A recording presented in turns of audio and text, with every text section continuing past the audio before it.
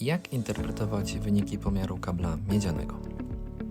W tym filmie pokażemy, jak krok po kroku interpretować wyniki pomiarów kabla miedzianego i zrozumieć, co oznaczają poszczególne parametry. Wybór limitu pomiarowego.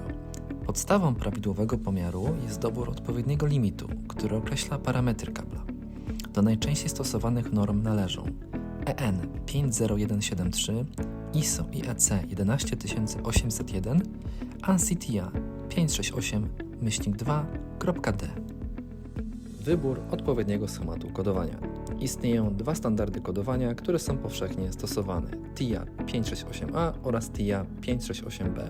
Zawsze stosujemy ten sam schemat na obu końcach. Wybór odpowiedniego schematu kodowania jest kluczowy dla prawidłowego działania sieci. Ustawienie parametru NVP. NVP wyraża, jak szybko sygnał przemieszcza się w przewodniku w porównaniu do prędkości światła w próżni. Jest to bardzo ważny parametr przy pomiarach długości kabli.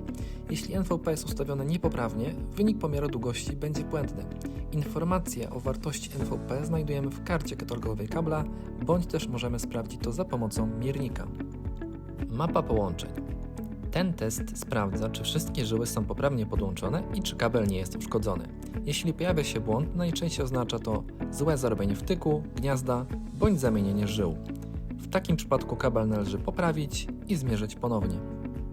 Tłumienie. Dlaczego sygnał słabnie? Insertion loss mówi nam, ile sygnału ginie po drodze.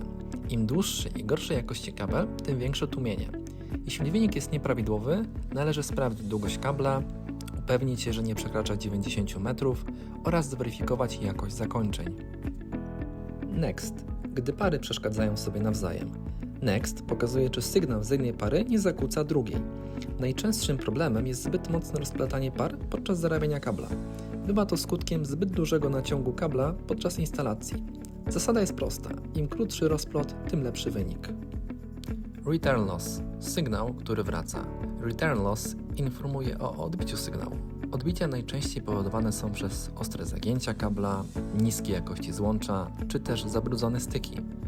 Dbajmy o estetyczne i staranne wykonanie instalacji. Delay skew.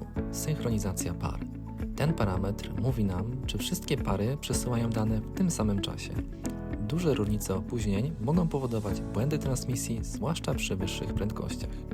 Czynniki wpływające na ten parametr to różne długości par, zakłócenia z otoczenia, uszkodzenie izolacji, czy też sama jakość materiałów. Opóźnienie propagacji. Na koniec sprawdzamy, ile czasu sygnał potrzebuje, by przejść przez kabel. Jeśli opóźnienie jest zbyt duże, przyczyna jest jedna – kabel jest za długi. To wszystko w obecnym filmie. Po więcej materiałów zapraszamy na naszą stronę, czy też media społecznościowe.